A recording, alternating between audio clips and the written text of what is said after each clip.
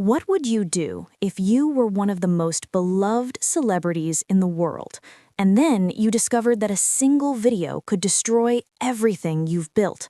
Fame, career, reputation, all hanging by a thread. Now, imagine this. That celebrity is not just anyone. It's a man the world has worshipped for decades. A man named Reef Hawk, played by none other than Keanu Reeves. And in Outcome 2026, his perfect Hollywood life is about to collapse. Reef Hawk is not just famous, he is legendary.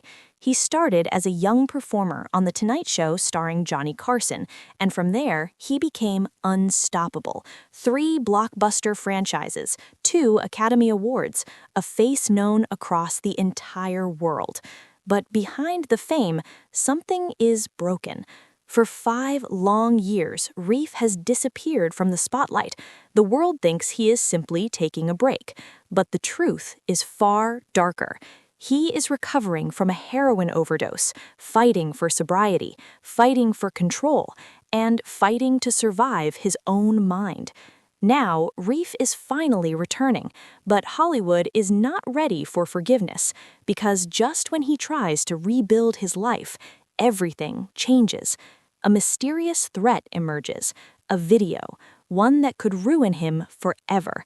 And Reef doesn't know who is behind it, but one thing is clear: someone wants him destroyed. And this is where everything begins to spiral. Reef's crisis lawyer, a loud, chaotic man named Ira, played by Jonah Hill himself, steps in, and what he suggests next is insane. He tells Reef, "You need to apologize to everyone you've ever hurt, every friend, every lover, every enemy, because somewhere in that list is the person holding the video." And Reef has no choice but to agree. But what happens next changes everything. Reef Hawk begins his journey, a journey through his past, a journey through broken relationships, and a journey through guilt he has avoided for years. But this is not just a redemption story. This is a confrontation with everything fame destroyed. His closest companions join him, Kyle and Xander, played by Cameron Diaz and Matt Bomer. They have been with him since the beginning. They know the real Reef, the version the world never sees. And together, they travel through his emotional past. First stop, a forgotten bowling alley. Here, Reef meets his former manager, a man who once built his career from nothing, played in a haunting cameo by Martin Scorsese. This man is not angry, he is heartbroken, because Reef didn't just fire him, he erased him. And in this quiet moment, Reef begins to understand something terrifying. Fame always has victims. But the journey doesn't stop there. Next comes his mother, now a reality TV star on The Real Housewives of Beverly Hills, played by Susan Lucci, but she refuses to forgive him for free. She wants the apology filmed, because in her world, even pain is content, even family is entertainment. And then comes the most painful meeting of all, his ex-lover, Savannah. She doesn't scream, she doesn't cry, she simply tells him the truth. "You didn't love me, you used me." And in that moment, Reef breaks. Not loudly, but silently. But just when we think this is a redemption story, the mystery deepens. Because none of these people admit to the blackmail. The video still exists, and someone is still watching. No one expected what happens next. The apology tour continues, but now it feels different. He is not just seeking forgiveness anymore.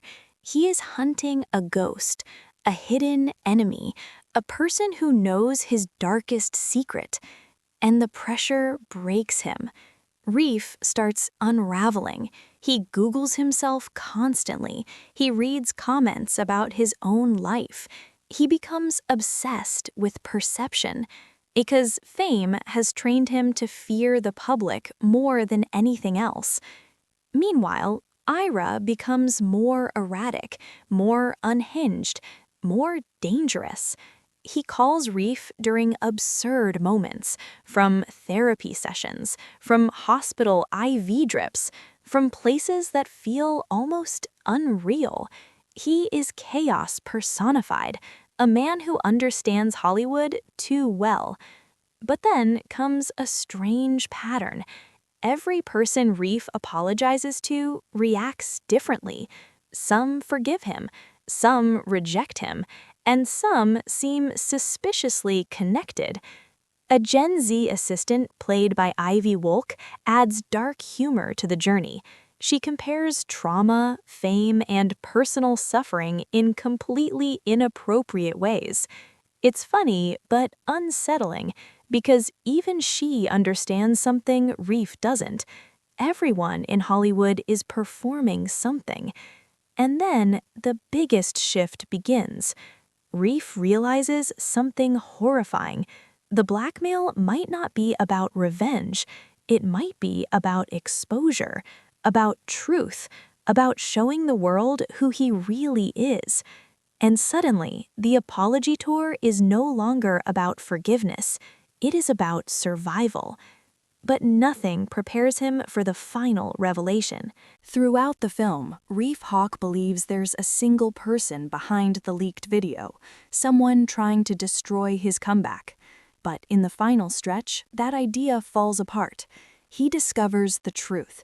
The video exists, yes, but there is no single mastermind pulling the strings. Instead, the threat is spread across multiple people, systems, and past actions. In other words, the film reveals something crucial. The enemy was never one person.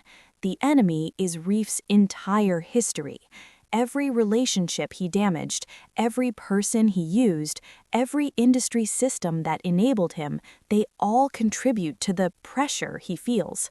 So the blackmail plot collapses into something more psychological than thriller-based. After the apology tour, Reef expects clarity or relief. Instead, he feels worse. Why? Because every confrontation forces him to see the same truth from different angles. He hurt people while chasing fame. He justified it as survival. He built an identity that depended on being liked, not being honest. And this leads to the key emotional realization.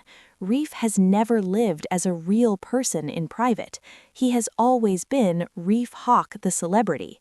Even his apologies begin to feel like performances, something he knows how to do, but not something he truly knows how to feel. In the last moments, Reef finally stops trying to solve everything. Earlier in the film, his mindset is find the blackmailer, fix the damage, control the outcome, and restore the image. But by the end, all of that collapses. There is no clean fix. There is no apology that resets his life. There is no villain to defeat. And that realization breaks something in him, but also frees him. The final scenes are intentionally quiet. Reef is no longer rushing between meetings or apologies. He is no longer reacting to Ira's chaos. He is just still. And this stillness is the point. It represents acceptance of guilt, acceptance of fame's cost, acceptance that he cannot undo the past, acceptance that he cannot control perception anymore. This is not redemption in the traditional Hollywood sense. It is something more uncomfortable, living with what you have done without escape. Jonah Hill's character, Ira, represents the chaotic machinery of fame, crisis PR, manipulation, image control, and emotional detachment. But in the ending, even Ira loses power. He is no longer fixing things. He becomes irrelevant to Reef's final emotional state.